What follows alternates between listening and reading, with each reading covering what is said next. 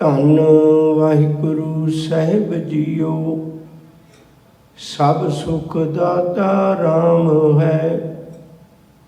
ਦੂਸਰ ਨਾਹਿਨ ਕੋਈ, ਕਹੋ ਨਾਨਕ ਸੁਨ ਰੇ ਮਨਾ। ਤਿਹ ਸਿਮਰਤ ਗਤ ਹੋਈ, ਸਭ ਸੁਖ ਦਾਤਾ ਰਾਮ ਹੈ। ਦੂਸਰ ਨਾਹਿਨ ਕੋਈ, ਕਹੋ ਨਾਨਕ ਸੁਨ ਰੇ ਮਨਾ। ਤਿਹ ਸਿਮਰਤ ਗਤ ਹੋਈ। ਵਾਹਿਗੁਰੂ ਜੀ ਕਾ ਖਾਲਸਾ, ਵਾਹਿਗੁਰੂ ਜੀ ਕੀ ਫਤਿਹ। ਧਰਤੀ ਦੀ ਬੁੱਕਲ ਵਿੱਚ, ਆਕਾਸ਼ ਦੀ ਛੱਤ ਥੱਲੇ ਜਿਤਨੇ ਵੀ ਜੀਵ ਨੇ, ਉਹਨਾਂ ਸਾਰਿਆਂ ਵਿੱਚੋਂ ਸੁਚੇਤ ਜਾਗਿਆ ਹੋਇਆ ਉਹ ਕੇਵਲ ਮਨੁੱਖ ਹੈ। ਇਹੋ ਹੀ ਕਾਰਨ ਹੈ ਮਨੁੱਖ ਨੂੰ ਦੁੱਖ ਅਤੇ ਸੁੱਖ ਦਾ ਬਹੁਤ ਅਹਿਸਾਸ ਹੈ। ਦੁੱਖ ਤੇ ਸੁੱਖ ਦੀ ਭਾਵਨਾ ਨੂੰ ਸਮਝਦਾ ਹੋਣ ਕਰਕੇ ਇਹਦੇ ਮਨ ਵਿੱਚ ਇਹ ਵੀ ਲਗਨ ਹੈ, ਦੁਨੀਆ ਦਾ ਹਰ ਸੁੱਖ ਮੈਂ ਪ੍ਰਾਪਤ ਕਰ ਲਵਾਂ, ਮੇਰੇ ਜੀਵਨ ਵਿੱਚ ਕੋਈ ਦੁੱਖ ਨਾ ਹੋਵੇ। ਜਦੋਂ ਤੋਂ ਮਨੁੱਖ ਦੇ ਗਿਆਨ ਦੀ ਅੱਖ ਖੁੱਲੀ ਹੈ, ਉਦੋਂ ਤੋਂ ਲੈ ਕੇ ਅੱਜ ਤੱਕ ਇਹ ਜੱਦੋ ਜਹਿਦ ਕਰਦਾ ਆ ਰਿਹਾ ਹੈ। ਮੈਂ ਆਪਣੀ ਜ਼ਿੰਦਗੀ 'ਚੋਂ ਦੁੱਖਾਂ ਨੂੰ ਘਟਾ ਕੇ ਸੁੱਖਾਂ ਨੂੰ ਵਧਾ ਲਵਾਂ, ਮੈਂ ਆਪਣੀ ਝੋਲੀ ਸਾਰੀ ਸੁੱਖਾਂ ਨਾਲ ਭਰ ਲਵਾਂ, ਇਹਦੇ ਮਨ ਦੀ ਭਾਵਨਾ ਹੈ। ਧਾਰਮਿਕ ਸਥਾਨ ਨੇ, ਉਹਨਾਂ 'ਤੇ ਜਿੰਨੀਆਂ ਵੀ ਅਰਦਾਸਾਂ ਨੇ, ਜੋਦੜੀਆਂ ਨੇ, ਉਹ ਸੁੱਖ ਦੀ ਪ੍ਰਾਪਤੀ ਵਾਸਤੇ ਨੇ। ਜਿਤਨੇ ਵੀ ਮਨੁੱਖ ਦੇ ਯਤਨ ਨੇ ਉਹ ਸੁੱਖ ਦੀ ਪ੍ਰਾਪਤੀ ਵਾਸਤੇ ਨੇ। ਬਹੁਤ ਯਤਨ ਸੁੱਖ ਕੇ ਕੀਏ, ਦੁੱਖ ਕੋ ਕੀਓ ਨਾ ਕੋਏ। ਪਰ ਜਦੋਂ ਮਨੁੱਖ ਦੇ ਜੀਵਨ ਵਿੱਚ ਝਾਤ ਮਾਰਨੇ ਹੈ, ਇਤਨੇ ਉਪਰਾਲੇ ਕਰਨ ਦੇ ਮਗਰੋਂ ਇਹ ਬਹੁਤ ਸੁਖੀ ਹੋ ਗਿਆ ਹੋਏਗਾ। ਪਰ ਸਾਹਿਬ ਕਹਿੰਦੇ ਨਿਰਾਸ਼ਤਾ ਮਿਲਦੀ ਹੈ, ਜਿਸ ਮਨੁੱਖ ਪੈ ਕਰੋ ਬੇਨੰਤੀ, ਸੋ ਆਪਣੇ ਦੁੱਖ ਭਰਿਆ। ਮੈਂ ਜਿਹਦੇ ਕੋਲ ਵੀ ਗੱਲ ਕਰਨਾ ਹੈ, ਦੁੱਖ ਕੀਆਂ ਪੰਡਾ ਖੁੱਲੀਆਂ, ਸੁੱਖ ਨਾ ਨਿਕਲਿਓ ਕੋਈ। ਦੁੱਖ ਦੀਆਂ ਤਾਂ ਪੰਡਾ ਬਣੀਆਂ ਪਈਆਂ ਨੇ, ਪਰ ਸੁੱਖ ਇੱਕ ਵੀ ਨਹੀਂ ਹੈ। ਜਦੋਂ ਮਨੁੱਖ ਧਰਮ ਦੀ ਦੁਨੀਆ ਵਿੱਚ ਇਸ ਗਿਆਨ ਦੀ ਪ੍ਰਾਪਤੀ ਲਈ ਆਇਆ, ਕੁਛ ਲੋਕਾਂ ਨੇ ਕਿਹਾ ਵੀ ਜਿਹੜਾ ਬੰਦੇ ਨੇ ਸਭ ਤੋਂ ਪਹਿਲਾਂ ਗੁਨਾਹ ਕੀਤਾ ਹੈ, ਰੱਬ ਦੇ ਹੁਕਮ ਨੂੰ ਤੋੜ ਕੇ, ਉਹ ਕਹਾਣੀ ਤੁਹਾਨੂੰ ਸਾਰਿਆਂ ਨੂੰ ਯਾਦ ਹੋਏਗੀ ਵੀ ਸਵਰਗ ਵਿੱਚ ਰਹਿੰਦਾ ਸੀ, ਰੱਬ ਨੇ ਮਨਾ ਕੀਤਾ ਸੀ ਵੀ ਇਹ ਫਲ ਨਹੀਂ ਖਾਣਾ, ਸ਼ੈਤਾਨ ਦੇ ਆਖੇ ਲੱਗ ਕੇ ਨੇ ਫਲ ਖਾ ਲਏ। ਉਦੋਂ ਦਾ ਮਨੁੱਖ ਅੱਜ ਤੱਕ ਦੁਖੀ ਹੈ। ਆਦਮ ਜਾਤ ਹੋਣ ਕਰਕੇ ਇਹ ਉਦੋਂ ਦਾ ਉਸ ਗੁਨਾਹ ਦੀ ਸਜ਼ਾ ਪਾ ਰਿਹਾ ਹੈ। ਗੁਰਮਤਿ ਕਹਿ ਰਹੀ ਵੀ ਕੰਮ ਕਿਸੇ ਨੇ ਕੀਤਾ ਹੈ ਤੇ ਸਜ਼ਾ ਕੋਈ ਪਾ ਰਿਹਾ। ਇਹ ਨਹੀਂ ਹੋਣਾ ਚਾਹੀਦਾ। ਜਦੋਂ ਇਸਲਾਮ ਧਰਮ ਦੇ ਬੰਨੇ ਫੁੱਲਾਂਗੇ ਤੇ ਉਹ ਵੀ ਇੱਕ ਗੱਲ ਕਹਿੰਦੇ ਨੇ ਵੀ ਜਿਹੜੇ ਮਨੁੱਖ ਨੂੰ ਕੁਰਾਨ ਮਜੀਦ ਤੇ ਇਤਬਾਰ ਹੈ, ਹਜ਼ਰਤ ਮੁਹੰਮਦ ਸਾਹਿਬ 'ਤੇ ਯਕੀਨ ਹੈ, ਮੱਕੇ 'ਤੇ ਉਹਦਾ ਅਕੀਦਾ ਪੱਕਾ ਹੈ, ਉਹ ਮਨੁੱਖ ਦੁਖੀ ਨਹੀਂ ਹੋਵੇਗਾ। ਈਸਾਈ ਧਰਮ ਵਾਲੇ ਵੀ ਬਹੁਤ ਲਾਰੇ ਲਾਉਂਦੇ ਨੇ, ਬਾਈਬਲ ਨੂੰ ਪੜ੍ਹ ਕੇ, ਹਜ਼ਰਤ ਈਸਾ 'ਤੇ ਯਕੀਨ ਬਣਾ ਕੇ ਕੋਈ ਵੀ ਮਨੁੱਖ ਆਪਣੇ ਜੀਵਨ ਵਿੱਚ ਸੁੱਖ ਪ੍ਰਾਪਤ ਕਰ ਸਕਦਾ ਹੈ। ਅਣਗਿਣਤ ਐਸੇ ਲੋਕ ਨੇ। ਜੋਗੀ ਕਹਿੰਦਾ ਸੀ ਵੀ ਜੰਜਾਲਾਂ ਨੂੰ ਛੱਡ ਦਿਓ, ਜੰਗਲਾਂ ਵਿੱਚ ਜਾ ਕੇ ਲੰਮੀਆਂ ਸਮਾਧੀਆਂ ਲਾਓ ਤੇ ਸੁਖੀ ਹੋ ਸਕਦਾ ਮਨੁੱਖ। ਗੁਰਮਤਿ ਨੇ ਬਿਲਕੁਲ ਨਵੇਕਲਾ ਪੱਖ ਮਨੁੱਖ ਦੇ ਸਾਹਮਣੇ ਰੱਖਿਆ, ਬਿਲਕੁਲ ਨਵੇਕਲਾ ਪੱਖ। ਗੁਰੂ ਨੇ ਸਪਸ਼ਟ ਕਿਹਾ ਵੀ ਸੱਜਣਾ, ਨਾ ਤਾਂ ਕਿਸੇ ਧਾਰਮਿਕ ਗ੍ਰੰਥ ਨੇ ਤੇਰੀ ਝੋਲੀ ਸੁੱਖ ਪਾਉਣੇ ਨੇ, ਭੁਲੇਖਾ ਹੋਏਗਾ, ਨਾ ਹੀ ਕਿਸੇ ਧਾਰਮਿਕ ਸਥਾਨ ਨੇ, ਬਲਕਿ ਤੇਰੇ ਸੁੱਖ ਝੋਲੀ ਵਿੱਚ ਤਾਂ ਪੈਣੇ ਜੇ ਧਾਰਮਿਕ ਸਥਾਨ ਤੇ ਜਾ ਕੇ ਧਾਰਮਿਕ ਗ੍ਰੰਥ ਵਿੱਚੋਂ ਜੀਵਨ ਜਿਉਣ ਦੀ ਜਾਂਚ ਸਿੱਖ ਲਵੇ, ਤਾਂ ਸੁੱਖ ਮਿਲ ਸਕਦਾ, ਤਾਂ ਸੁੱਖ ਪ੍ਰਾਪਤ ਹੋ ਸਕਦਾ ਹੈ। ਸੁੱਖ ਪ੍ਰਾਪਤ ਨਾ ਹੋਣ ਦਾ ਕਾਰਨ ਕੀ ਹੈ? ਸਪਸ਼ਟ ਬਚਨ ਨੇ, ਸਪਸ਼ਟ ਬਚਨ ਨੇ ਗੁਰੂ ਜੀ ਦੇ, ਜਬ ਲਗ ਹੁਕਮ ਨਾ ਬੂਝਤਾ ਤਬ ਹੀ ਲੋ ਦੁਖੀਆ, ਗੁਰਮਿਲ ਹੁਕਮ ਪਛਾਣਿਆ ਤਬ ਹੀ ਤੇ ਸੁਖੀਆ। ਕਹਿੰਦੇ ਜਿੰਨਾ ਚਿਰ ਰੱਬੀ ਹੁਕਮ ਨੂੰ ਨਹੀਂ ਸੀ ਬੁੱਝਦਾ ਉਹਨਾਂ ਚਿਰ ਇਹ ਦੁਖੀ ਹੈ। ਹੁਣ ਇਹਨੇ ਗੁਰੂ ਚਰਨਾਂ ਵਿੱਚ ਆ ਕੇ ਹੁਕਮ ਨੂੰ ਬੁੱਝ ਲਿਆ, ਮੈਨੂੰ ਕਿਵੇਂ ਤੁਰਨਾ ਚਾਹੀਦਾ, ਉਸ ਦਿਨ ਇਹਦਾ ਜੀਵਨ ਸੁੱਖ ਵਾਲੇ ਪਾਸੇ ਤੁਰ ਪਿਆ। ਇਸੇ ਲਈ ਹਜ਼ੂਰ ਨੇ ਬਚਨ ਆਖੇ ਨੇ ਵੀ ਤੈਨੂੰ ਆਪਣਾ ਆਪ ਵੀ ਸੁਧਾਰਨਾ ਪਏਗਾ ਮਨਾ। ਇਹ ਨਹੀਂ ਮੇਰਾ ਵੀ ਤੂੰ ਪੜ੍ਹ ਲਵੇਂ, ਬਚਨ ਪੜ੍ਹ ਲਵੇਂ ਤੇ ਉਹਦੇ ਨਾਲ ਤੇਰੀ ਝੋਲੀ ਸੁੱਖ ਨਾਲ ਭਰ ਜਾਏਗੀ, ਬਿਲਕੁਲ ਨਹੀਂ। ਤੈਨੂੰ ਉਸ ਹੁਕਮ ਰਜ਼ਾਈ ਦੇ ਪੈਂਡੇ ਤੇ ਤੁਰਨਾ ਪੈਣਾ ਹੈ, ਤੈਨੂੰ ਸਰਾਹ ਦਾ ਰਾਹੀ ਬਣਨਾ ਪੈਣਾ ਹੈ। ਬੜੇ ਐਸੇ ਬਚਨ ਨੇ। ਹੁਣ ਜਦੋਂ ਮਨੁੱਖ ਰੱਬੀ ਰਾਹ ਤੇ ਤੁਰਦਾ ਹੈ, ਉਹਦੇ ਜੀਵਨ ਵਿੱਚੋਂ ਕੁਝ ਗੱਲਾਂ ਜਿਹੜੀਆਂ ਉਹਨੂੰ ਦੁਖੀ ਕਰਨ ਵਾਲੀਆਂ ਨੇ ਉਹ ਖਤਮ ਹੋ ਜਾਂਦੀਆਂ ਨੇ। ਪ੍ਰਮੁੱਖ ਵਿਦਵਾਨਾਂ ਨੇ 4 ਗੱਲਾਂ ਮੰਨੀਆਂ ਨੇ। ਸਭ ਤੋਂ ਪਹਿਲੀ ਗੱਲ ਦੁੱਖ ਦੀ, ਭਈ ਅਸੀਂ ਕਿਸੇ ਤੇ ਇੱਛਾਵਾਂ ਰੱਖ ਲੈਂਦੇ ਹਾਂ। ਆਪਣੀ ਔਲਾਦ ਕੋਲੋਂ ਇੱਛਾ ਰੱਖ ਲਈ, ਜ਼ਮੀਨ ਖਰੀਦੀ ਉਹਦੇ ਇੱਛਾ ਰੱਖ ਲਈ ਵੀ ਇਹ ਬਹੁਤ ਮਹਿੰਗੀ ਵਿਕੇਗੀ, ਕਾਰੋਬਾਰ ਤੋਂ ਇੱਛਾ ਰੱਖ ਲਈ, ਭੈਣ ਭਰਾਵਾਂ ਸਕੇ ਸੰਬੰਧੀਆਂ ਤੇ ਇੱਛਾਵਾਂ। ਮਨੁੱਖ ਬੇਅੰਤ ਇੱਛਾਵਾਂ ਆਪਣੇ ਜੀਵਨ ਵਿੱਚ ਪਾਲਦਾ। ਜਦੋਂ ਉਸ ਇੱਛਾਵਾਂ ਦੀ ਪੂਰਤੀ ਨਹੀਂ ਹੁੰਦੀ ਇਹ ਦੁਖੀ ਹੁੰਦਾ ਹੈ, ਪਹਿਲਾ ਕਾਰਨ। ਦੂਜਾ ਕਾਰਨ ਹੈ ਕਿ ਜੀਵਨ ਵਿੱਚ ਦਿਨ ਰਾਤ ਚਿੰਤਾ ਹੈ। ਸੁੱਖ ਨਹੀਂ ਤਾਂ ਸੁੱਖ ਦੀ ਪ੍ਰਾਪਤੀ ਲਈ, ਸੁੱਖ ਹੈ ਤਾਂ ਇਹ ਦੁੱਖ 'ਚ ਨਾ ਬਦਲ ਜਾਏ ਤਾਂ ਚਿੰਤਾ, ਮੇਰਾ ਕੁਛ ਬਣ ਗਿਆ ਮੇਰੇ ਬੱਚਿਆਂ ਦਾ ਕੀ ਬਣੇਗਾ ਤਾਂ ਚਿੰਤਾ। ਹਰ ਵਕਤ ਦੀ ਚਿੰਤਾ ਵੀ ਇਹਨੂੰ ਦੁੱਖ ਵਿੱਚ ਘੇਰੀ ਰੱਖਦੀ ਹੈ। ਇੱਕ ਤੀਜਾ ਕਾਰਨ ਹੈ ਦੁੱਖ ਦਾ, ਉਹ ਹੈ ਮਨੁੱਖ ਨੇ ਆਪਣੇ ਜੀਵਨ ਵਿੱਚ ਹੰਕਾਰ ਪਾਲਿਆ ਹੋਇਆ ਹੈ। ਹੰਕਾਰ ਦਾ ਕੰਡਾ ਵੀ ਇਹਨੂੰ ਜਿਉਂ-ਜਿਉਂ ਚਲੇ ਚੁਬੇ ਦੁੱਖ ਪਾਵੇ, ਜਮਕਾਲ ਸਹਿਸ ਡੰਡਾ ਹੈ। ਹੰਕਾਰ ਦੇ ਕਾਰਨ ਵੀ ਮਨੁੱਖ ਬਹੁਤ ਦੁਖੀ ਹੈ, ਬਹੁਤ ਦੁਖੀ ਹੈ। ਇੱਕ ਚੌਥਾ ਕਾਰਨ ਹੈ ਇਹਦੇ ਕਰਮਾਂ ਦਾ, ਇਹਦੇ ਕੰਮ ਨਹੀਂ ਚੰਗੇ, ਇਹਦੇ ਕਰਮ ਨਹੀਂ ਚੰਗੇ, ਕੰਮ ਨਹੀਂ ਚੰਗੇ, ਉਸ ਤਰ੍ਹਾਂ ਦੇ ਕਰਮ ਨਹੀਂ ਕਰਦਾ ਜਿਹਦੇ ਨਾਲ ਮੈਨੂੰ ਸੁੱਖ ਪ੍ਰਾਪਤ ਹੋਵੇ। ਜਿਵੇਂ ਇੱਕ ਛੋਟਾ ਜਿਹਾ ਦ੍ਰਿਸ਼ਟਾਂਤ ਹੈ, ਪਰ ਕਾ ਬੁਰਾ ਨਾ ਰਾਖੋ ਚੀਤ ਤੁਮ ਕੋ ਦੁੱਖ ਨਹੀਂ ਪਾਈ ਮੀਤ। ਕਿੱਡੀ ਸੌਖੀ ਜਿਹੀ ਉਦਾਹਰਨ ਹਜ਼ੂਰ ਨੇ ਬਖਸ਼ਿਸ਼ ਕੀਤੀ। ਹੁਣ ਜਦੋਂ ਮਨੁੱਖ ਗੁਰੂ ਕੋਲ ਆਉਂਦਾ ਹੈ, ਗੁਰੂ ਕੀ ਕਰਦਾ ਹੈ? ਇਹਦੀਆਂ 4 ਗੱਲਾਂ ਇਹਨੂੰ ਸਮਝਾਉਂਦਾ ਹੈ। ਪਹਿਲੀ ਗੱਲ, ਤੂੰ ਇੱਛਾ ਰੱਖ, ਇੱਛਾ ਰੱਖਣੀ ਮਾੜੀ ਨਹੀਂ, ਪਰ ਇੱਛਾ ਉਹਦੇ ਤੇ ਰੱਖ ਜਿਹੜਾ ਪੂਰੀ ਕਰਦਾ ਹੈ। ਧੀਆਂ ਪੁੱਤਰਾਂ ਤੇ ਧਨ ਦੌਲਤ ਤੇ ਉਹਦੇ ਦੀ ਇੱਛਾ ਕਰੀ ਕਿਉਂ ਬਣਾਈ ਬੈਠਾ ਮਨਾ? ਇੱਛਾ ਉਹਦੇ ਤੇ ਰੱਖ ਜਿਹੜਾ ਇੱਛਾ ਪੂਰਕ ਸਰਬ ਸੁਖ ਦਾਤਾ ਹਰ, ਜਾਂ ਕੇ ਵਸ ਹੈ ਕੰਮ ਤੇ ਨਾ। ਦੂਜੀ ਗੱਲ ਹੈ ਚਿੰਤਾ। ਫਿਰ ਜਦੋਂ ਚਿੰਤਾ ਕਰਨੇ ਤੇ ਜਦੋਂ ਗੁਰਬਾਣੀ ਪੜ੍ਹਨੇ ਹੈ, ਉਦੋਂ ਸਾਡੇ ਜੀਵਨ ਵਿੱਚ ਇੱਕ ਦਾਤ ਮਿਲਦੀ ਗੁਰੂ ਕੋਲੋਂ। ਗੁਰੂ ਆਖਦੇ ਵੀ ਸਾਡਾ ਚਿੰਤਾ ਕਿਸ ਗੱਲ ਦੀ ਕਰਨਾ ਹੈ? ਸੁਚੇਤ ਹੋਣਾ, ਸਕੀਮ ਬਣਾਉਣੀ, ਵਿਧੀ ਬਣਾਉਣੀ, ਵਿਉਂਤ ਬਣਾਉਣੀ, ਕਿਸੇ ਕਾਰੋ ਵਿਹਾਰ ਨੂੰ ਉਲੀਕਣਾ ਵੀ ਮੈਂ ਕਿਵੇਂ ਕਰਾਂ, ਇੱਕ ਵੱਖਰੀ ਚੀਜ਼ ਹੈ। ਇਹਨੂੰ ਚਿੰਤਾ ਨਹੀਂ ਕਹਿੰਦੇ, ਇਹਨੂੰ ਚਿੰਤਾ ਨਹੀਂ ਕਹਿੰਦੇ। ਦੀਰਘ ਸੋਚ ਰੱਖਣੀ, ਲੰਮੀ ਸੋਚ ਰੱਖਣੀ, ਆਉਣ ਵਾਲੇ ਸਾਲਾਂ ਦੇ ਪ੍ਰੋਗਰਾਮ ਬਣਾ ਕੇ ਰੱਖਣੇ, ਇਹ ਇੱਕ ਸੋਚ ਹੈ। ਇਹਨੂੰ ਚਿੰਤਾ ਨਹੀਂ ਕਹਿੰਦੇ।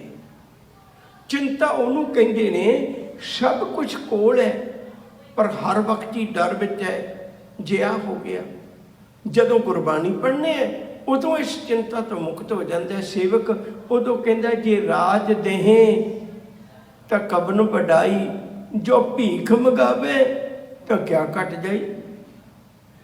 ਉਹ ਕਹਿੰਦਾ ਮਾਲਕ ਜੇ ਤੂੰ ਰਾਜ ਤਖਤ ਤੇ ਬਿਠਾ ਦੇਵੇਂ ਮੈਂ ਤਦ ਵੀ ਤੇਰਾ, ਜੇ ਕੱਲ ਗਲੀਆਂ ਚੋਂ ਭੀਖ ਵੀ ਮੰਗਣੀ ਪੈ ਜਾਏ ਤੇ ਮੈਨੂੰ ਥੋੜਾ ਚਿੰਤਾ ਹੈ। ਚਿੰਤਾ ਤੇ ਤੈਨੂੰ ਹੋਣੀ ਚਾਹੀਦੀ ਹੈ, ਮੇਰੇ ਨਾਂ ਨਾਲ ਤੇਰਾ ਨਾਂ ਜੁੜਿਆ ਹੋਇਆ, ਤੂੰ ਆਪੇ ਹੀ ਕਿਰਪਾ ਕਰੇਗਾ। ਉਸ ਮਨੁੱਖ ਦੇ ਜੀਵਨ ਵਿੱਚ ਫਿਰ ਚਿੰਤਾ ਘਟ ਜਾਂਦੀ ਹੈ। ਤੀਜੀ ਗੱਲ ਹਉਮੈ ਦਾ। ਗੁਰੂ ਇੱਕ ਗੱਲ ਸਿਖਾਉਂਦੇ ਨੇ ਵੀ ਆਪਸ ਕੋ ਜੋ ਜਾਣੈ ਨੀਚਾ, ਸੋ ਗਣੀਏ ਸਭ ਤੇ ਉੱਚਾ। ਛੋਟੀ ਜਿਹੀ ਇੱਕ ਬੇਨਤੀ ਕਰਨੀ ਆ। ਇੱਕ ਪਿੰਡਾਂ ਵਿੱਚ ਪੁਰਾਣੇ ਸਮੇਂ ਦੇ ਵਿੱਚ ਹੁੰਦਾ ਸੀ ਵੀ ਸਿਰ ਤੇ ਟੋਕਰੀਆਂ ਚੁੱਕ ਕੇ ਵੇਚਿਆ ਕਰਦੇ ਸਨ ਸਾਜੋ ਸਮਾਨ। ਇੱਕ ਸਿਰ ਤੇ ਟੋਕਰੀ ਚੁੱਕ ਕੇ ਪਿੰਡਾਂ ਵਿੱਚ ਕੁਝ ਲੋੜੀਂਦਾ ਸਮਾਨ ਵੇਚਦਾ ਫਿਰਦਾ ਹੈ। ਉਹਨੂੰ ਗੁਰੂ ਨਾਨਕ ਸਾਹਿਬ ਨਾਲ ਮਿਲਾਪ ਹੋ ਗਿਆ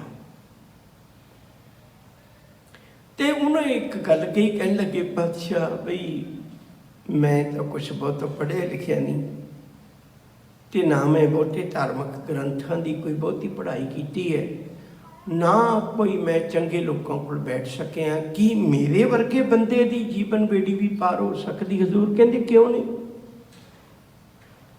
ਕਹਿੰਦੇ ਮੈਨੂੰ ਵੀ ਕੋਈ ਉਪਦੇਸ਼ ਦਿਓ ਤੇ ਮੈਂ ਕੋਈ ਗ੍ਰੰਥ ਵੀ ਨਹੀਂ ਪੜ੍ਹ ਸਕਦਾ, ਮੈਂ ਕਿਵੇਂ ਪਾਰ ਹੋਵਾਂਗਾ? ਹਜ਼ੂਰ ਕਹਿਣ ਲੱਗੇ ਚਲੋ ਧਰਮ ਦੀਆਂ ਗੱਲਾਂ ਤੇ ਆਪਾਂ ਬਾਅਦ ਵਿੱਚ ਕਰ ਲਾਂਗੇ, ਪਹਿਲਾਂ ਤੇਰਾ ਹਾਲ ਚਾਲ ਪੁੱਛਨੇ ਵੀ ਤੂੰ ਕਰਦਾ ਕੀ ਹੁੰਦਾ? ਕਹਿਣ ਲੱਗੇ ਪਾਤਸ਼ਾਹ ਬਸ ਆਹੀ ਹੈ, ਸਮਾਨ ਲੈ ਕੇ ਤੇ ਪਿੰਡਾਂ ਵਿੱਚ ਵੇਚਦਾ ਫਿਰਨਾ। ਕਿਵੇਂ ਵੇਚਦਾ? ਉਹਨੇ ਆਖਿਆ ਵੀ ਜਿਹੜਾ ਬੰਦਾ ਮੈਨੂੰ ਕਹਿੰਦਾ ਵੀ ਇੰਨੀ ਚੀਜ਼ ਦੇ ਦਿਓ, ਮੈਂ ਉਸ ਹਿਸਾਬ ਨਾਲ ਤੋਲ ਕੇ ਉਹਨੂੰ ਦੇ ਦਿੰਦਾ। ਕਿਵੇਂ ਤੋਲਦਾ? ਉਹਨੇ ਵੱਟੇ ਕੱਢ ਕੇ ਦਿਖਾਏ। ਕਹਿਣ ਲੱਗੇ ਬਸ ਇਹੀ ਨਹੀਂ? ਕਹਿੰਦੇ ਨਹੀਂ। ਉਹਨੇ ਇੱਕ ਛੋਟੀ ਜਿਹੀ ਗੁੱਠੀ ਕੱਢ ਕੇ ਦਿਖਾਈ। ਕਹਿਣ ਲੱਗੇ ਕੀ ਹੈ? ਹੁਣ ਅੱਜ ਤੇ ਜ਼ਮਾਨਾ ਬਦਲ ਗਿਆ, ਅੱਜ ਗ੍ਰਾਮਾਂ 'ਚ ਕਹਿ ਲਈਏ। ਜਦੋਂ ਗੋਰੇ ਐਸਾ ਨੂੰ ਉਸ ਤੋਂ ਬਾਅਦ ਵਿੱਚ ਕਿਲੋਗ੍ਰਾਮ ਬਣੇ ਆ, ਨਹੀਂ ਪਹਿਲਾਂ ਸੇਰ, 2 ਸੇਰ, ਮਣ, ਇਹਨਾਂ ਗੱਲਾਂ 'ਚ ਹੋਇਆ ਕਰਦਾ ਸੀ। ਉਹਨਾਂ ਆਖਿਆ ਵੀ ਜਿਹੜੇ ਸੇਰ 2 ਸੇਰ ਲੈਣਾ ਉਹ ਤੈਅ ਵੱਟੇ ਨੇ, ਜਿਹਨੇ ਛਟਾਂਕ ਲੈਣੀ ਹੈ, ਅੱਧੀ ਛਟਾਂਕ ਲੈਣੀ ਹੈ, ਤੋਲਾ ਲੈਣਾ ਹੈ, ਗ੍ਰਾਮਾਂ 'ਚ ਲੈਣਾ ਹੈ। ਅੱਜ ਇਉਂ ਕਹਿ ਲਈਏ ਵੀ 5 ਗ੍ਰਾਮ, 10 ਗ੍ਰਾਮ, 20 ਗ੍ਰਾਮ ਲੈਣਾ ਹੈ, ਜਿਨ੍ਹਾਂ ਨੇ ਇਹ ਲੈਣਾ ਹੈ ਤੇ ਉਹਨਾਂ ਦੇ ਵੱਟੇ ਤਾਂ ਕਰਕੇ ਮੈਂ ਗੁੱਥੀ 'ਚ ਪਾਏ। ਛੋਟੇ ਬੜੇ ਨੇ, ਇਹ ਕਿਸੇ ਤਰ੍ਹਾਂ ਇਹ ਬੜੇ ਸੰਭਾਲਣੇ ਪੈਂਦੇ ਨੇ, ਕਿਸੇ ਤਰ੍ਹਾਂ ਨਾਲ ਹੀ ਨਾ ਚਲੇ ਜਾਣ। ਹਜ਼ੂਰ ਕਹਿਣ ਲੱਗੇ ਤੂੰ ਕੋਈ ਧਾਰਮਿਕ ਗ੍ਰੰਥ ਨਹੀਂ ਪੜ੍ਹਨਾ, ਬਸ ਤੇਰੇ ਲਈ ਆਹੀ ਬਹੁਤ ਹੈ। ਆ ਤੂੰ ਤਾਂ ਨਾਲ ਧਰਮ ਚੁੱਕੀ ਫਿਰਨਾ। ਕਹਿਣ ਲੱਗੇ ਉਹ ਕਿਵੇਂ? ਕਹਿਣ ਲੱਗੇ ਛੋਟਾ ਬੱਟਾ ਦੇਖ ਤੂੰ ਕਿੰਨਾ ਸੰਭਾਲ ਕੇ ਰੱਖਦਾ। ਜਿੱਦਣ ਤੂੰ ਛੋਟਾ ਹੋ ਕੇ ਨਿਮਾਣਾ ਹੋ ਕੇ ਗੁਰੂ ਚਰਨਾਂ 'ਚ ਆ ਗਿਆ, ਰੱਬ ਤੈਨੂੰ ਸੰਭਾਲ ਕੇ ਰੱਖੇਗਾ। ਗੱਲ ਤੇ ਬਸ ਇੰਨੀ ਸੀ। ਉਸੇ ਵੇਲੇ ਮੱਥਾ ਟੇਕਿਆ, ਕਹਿਣ ਲੱਗੇ ਪਾਤਸ਼ਾਹ ਬੜੀ ਕਿਰਪਾ ਕੀਤੀ, ਮੈਨੂੰ ਸੌਖਾ ਜਿਹਾ ਸਮਝ ਲੱਗ ਗਿਆ। ਸੱਚ ਕਰਕੇ ਜਾਣਿਓ, ਦੁੱਖ ਇਸੇ ਲਈ ਵੀ ਮੈਂ ਹੰਕਾਰ ਦੇ ਵਿੱਚ ਪੁੱਜਿਆ ਹਾਂ। ਜਦੋਂ ਗੁਰੂ ਚਰਨਾਂ 'ਚ ਆਉਂਦੇ ਹਾਂ, ਗੁਰੂ ਸਿਖਾਉਂਦਾ ਹੰਕਾਰ ਦੀ ਬਜਾਏ ਆਪਣੇ ਜੀਵਨ ਵਿੱਚ ਸਵੈਮਾਨ ਪੈਦਾ ਕਰ, ਆਪਣੇ ਆਪ ਤੇ ਭਰੋਸਾ ਪੈਦਾ ਕਰ। ਹੋਵੇਂ ਤੂੰ ਸਾਰੀ ਦੁਨੀਆ ਦਾ ਮੁਖੀ ਹੋਵੇਂ, ਪਰ ਤੈਨੂੰ ਭਰੋਸਾ ਮਾਲਕ ਤੇ ਹੋਵੇ। ਜਿਹੜੀ ਚੌਥੀ ਗੱਲ ਹੈ ਉਹ ਇਹ ਹੈ ਵੀ ਆਪਣੇ ਜੀਵਨ ਵਿੱਚ, ਮੈਂ ਇੱਕ ਵਾਰੀ ਫਿਰ ਦੁਹਰਾ ਦਿਆਂ ਤਾਂ ਕਿ ਗੱਲ ਪਕੜ ਵਿੱਚ ਆ ਜਾਏ। ਪਹਿਲਾ ਕਾਰਨ ਹੈ ਸੰਸਾਰ ਦੇ ਅੰਦਰ ਜਿਹੜੇ ਸਾਡੇ ਦੁਖੀ ਹੋਣ ਦਾ, ਸਾਡੀਆਂ ਇਛਾਵਾਂ ਗਲਤ ਥਾਂ 'ਤੇ ਰੱਖੀਆਂ ਹੋਈਆਂ ਨੇ। ਦੂਜੀ ਗੱਲ ਹੈ ਸਾਡੇ ਜੀਵਨ ਅੰਦਰ, ਸਾਡੇ ਜੀਵਨ ਵਿੱਚ ਚਿੰਤਾ ਬਹੁਤ ਹੈ। ਤੀਜੀ ਗੱਲ ਹੈ ਸਾਡੇ ਕੋਲ ਆਪਣੇ ਜੀਵਨ ਦੇ ਅੰਦਰ ਹੰਕਾਰ ਦਾ ਕਾਰਨ ਹੈ। ਚੌਥਾ ਕਾਰਨ ਇਹ ਹੈ ਵੀ ਜਦੋਂ ਅਸੀਂ ਰੱਬੀ ਭਾਣੇ ਵਿੱਚ ਨਹੀਂ ਤੁਰਦੇ, ਮਾਲਕ ਦੇ ਹੁਕਮ ਨੂੰ ਨਹੀਂ ਬੁੱਝਦੇ, ਉਸ ਗੱਲ ਵਿੱਚ ਜਦੋਂ ਮਨੁੱਖ ਆ ਜਾਂਦਾ ਹੈ ਤੇ ਉਹਦੇ ਜੀਵਨ ਵਿੱਚ ਗੁਰੂ ਇਹ ਵੀ ਦਾਤ ਬਖਸ਼ਿਸ਼ ਕਰ ਦਿੰਦਾ, ਗੁਰੂ ਹੁਕਮ ਸਮਝਾ ਦਿੰਦਾ। ਇੱਕ ਬੇਨਤੀ ਹੋਰ ਕਰਾਂ, ਇਹਨੂੰ ਬੜੀ ਤਵੱਜੋ ਦੇ ਕੇ ਸਮਝਣਾ। ਸਾਰੇ ਸੁੱਖ ਕਿਸੇ ਦੇ ਘਰ ਵੀ ਨਹੀਂ।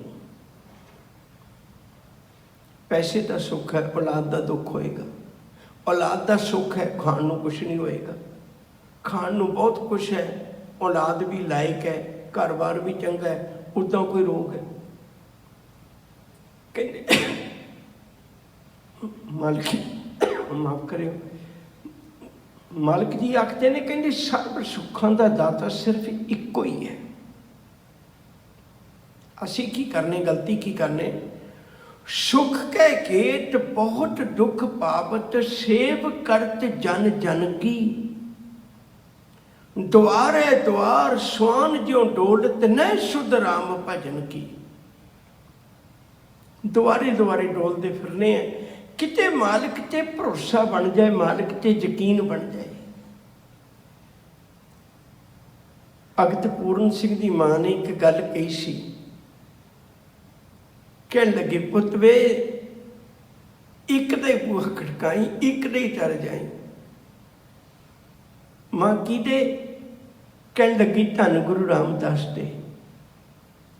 निक्का हुंदा सी उदों इक्को ही गल कह बैठी है, कहन लगे, सतगुरु मैं जदों भी बड़ा होया ना, मैं तेरे ही दर ते आया करांगा। निकड़ी उम्र च बचन कर ले, बड़ा होया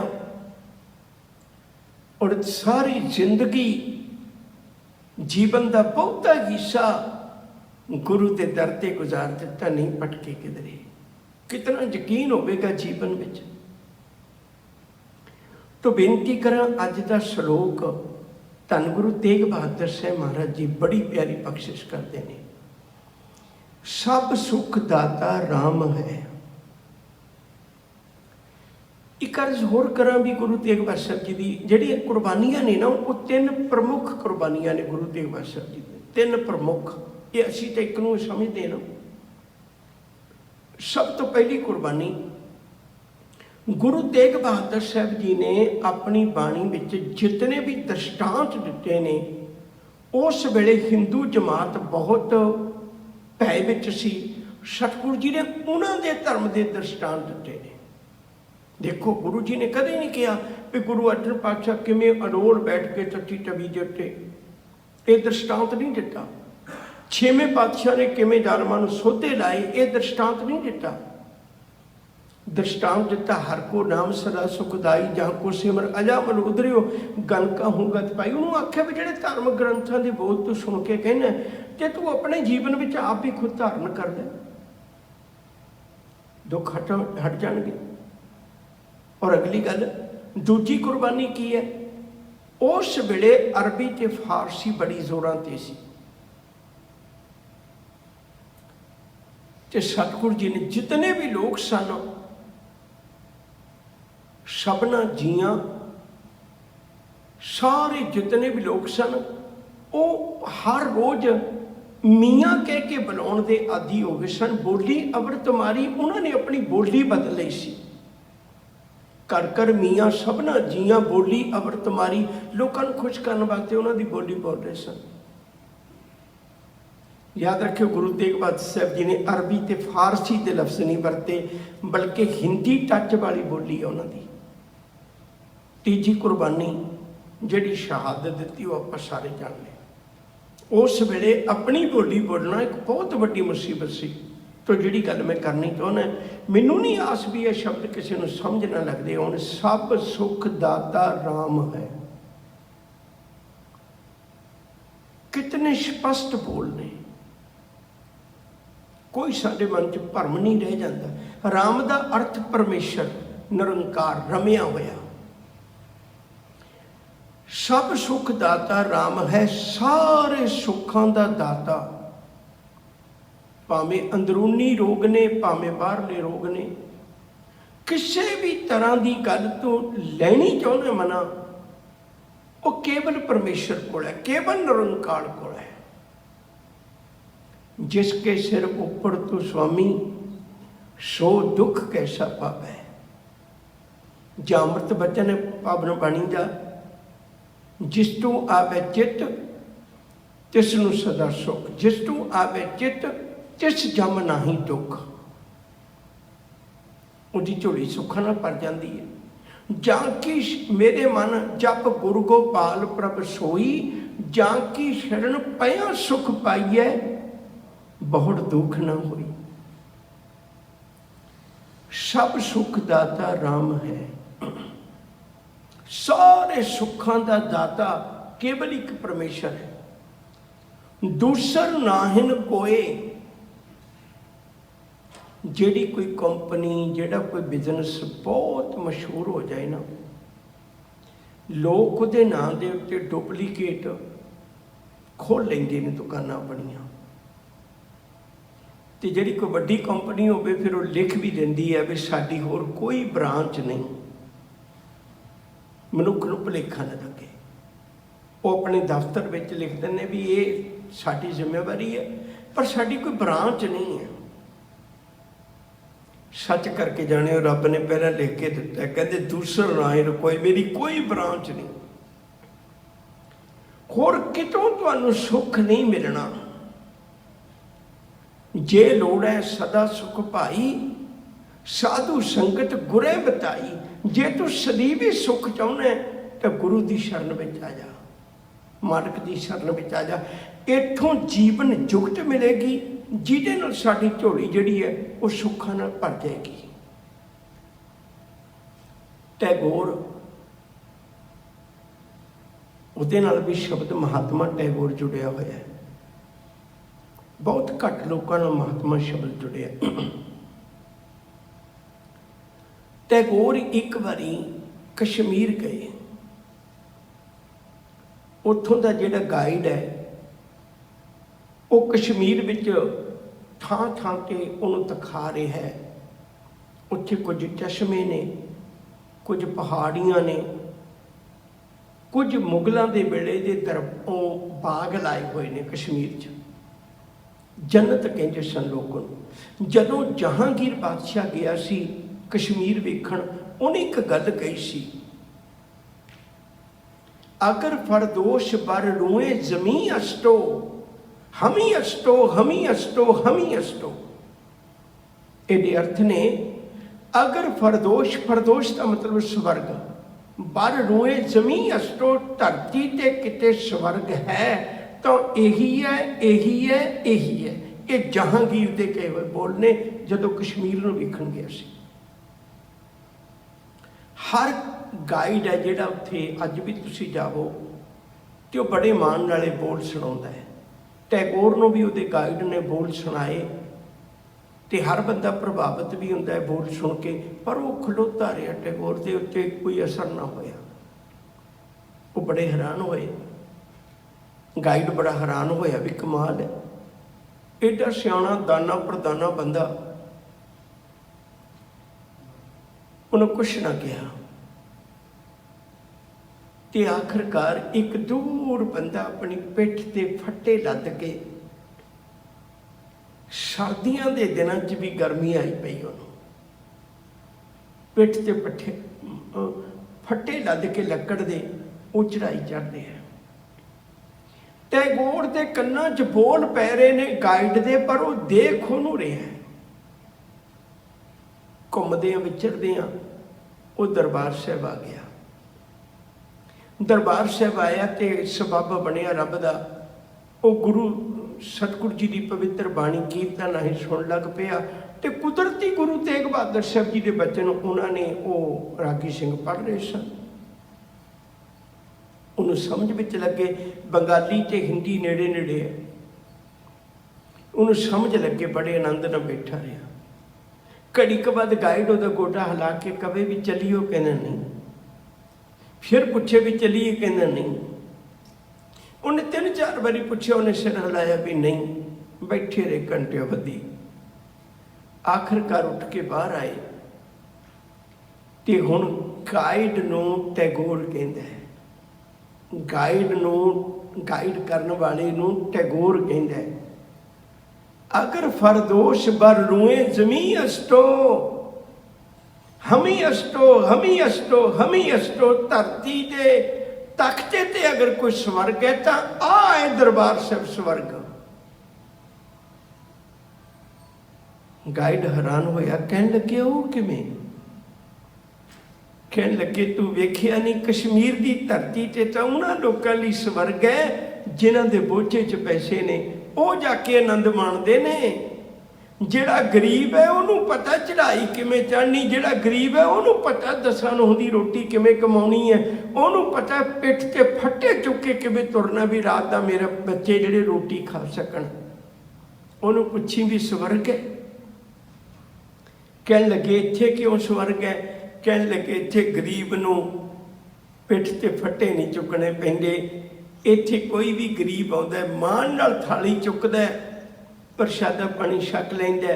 ਇੱਥੇ ਗਰੀਬ ਆਉਂਦਾ ਕੋਈ ਨਹੀਂ ਉਹਨੂੰ ਕਹਿੰਦਾ ਤੇਰੇ ਕੱਪੜੇ ਕਿਹੋ ਜਿਹੇ ਪਾਏ ਨੇ, ਉਹ ਭਾਵੇਂ ਅੱਤ ਦੇ ਅਮੀਰ ਨਾਲ ਬੈਠ ਜਾਏ। ਉਹਨੂੰ ਕੋਈ ਨਹੀਂ ਕਹਿੰਦਾ ਵੀ ਸੱਜਣਾ ਤੈਨੂੰ ਕੜਾ ਪ੍ਰਸ਼ਾਦੀ ਦੇਗ ਨਹੀਂ ਮਿਲਣੀ, ਤੂੰ ਗਰੀਬ ਹੈ। ਉਹਨੂੰ ਕੋਈ ਨਹੀਂ ਕਹਿੰਦਾ ਤੈਨੂੰ ਲੰਗਰ ਨਹੀਂ ਮਿਲਣਾ, ਉਹਨੂੰ ਕੋਈ ਨਹੀਂ ਕਹਿੰਦਾ ਤੈਨੂੰ ਮੱਥਾ ਟੇਕਣ ਨੂੰ ਨਹੀਂ ਮਿਲਣਾ। ਇੱਥੇ ਗਰੀਬ ਨੂੰ ਵੀ ਗਲਵੱਕੜੀ ਪਾਈ ਜਾਂਦੀ ਹੈ, ਅਮੀਰ ਤੋਂ ਅਮੀਰ ਬੰਦੇ ਨਾਲ ਵੀ ਬੈਠਣ ਦਾ ਮੌਕਾ ਮਿਲਦਾ ਹੈ। ਕਹਿਣ ਲੱਗੇ ਜੇ ਸਾਰੇ ਸੁੱਖ ਲੈਣੇ ਨੇ ਨਾ ਮਨਾ, ਬਸ ਤੂੰ ਗੁਰੂ ਦੀ ਗੋਦ ਵਿੱਚ ਆ ਜਾ, ਮਾਲਕ ਦੇ ਦਰ ਤੇ ਆ ਜਾ। ਇਤਨਾ ਅਦਬ ਸਤਿਕਾਰ ਕੋਈ ਵੀ ਨਹੀਂ ਦੇ ਸਕਦਾ ਜਿਤਨਾ ਰੱਬ ਦਿੰਦਾ ਹੈ। ਮਾਲਕ ਦਿੰਦਾ ਸਭ ਸੁਖ ਦਾਤਾ ਰਾਮ ਹੈ, ਦੂਸਰ ਨਾਹਿਨ ਕੋਈ। ਉੱਦਾਂ ਮਿਲਵਰਤਨ ਰਹਿਣਾ ਸਹਿਣਾ ਸਾਰਿਆਂ ਨਾਲ ਰੱਖੋ, ਪਰ ਇਹ ਭਰੋਸਾ ਹੋਵੇ ਵੀ ਸੁੱਖ ਕੇਵਲ ਮਾਲਕ ਹੀ ਦਿੰਦਾ ਹੈ। ਕਹੋ ਨਾਨਕ ਸੁਣ ਰੇ ਮਨਾ, ਤਿਹ ਸਿਮਰਤ ਗਤ ਹੋਏ।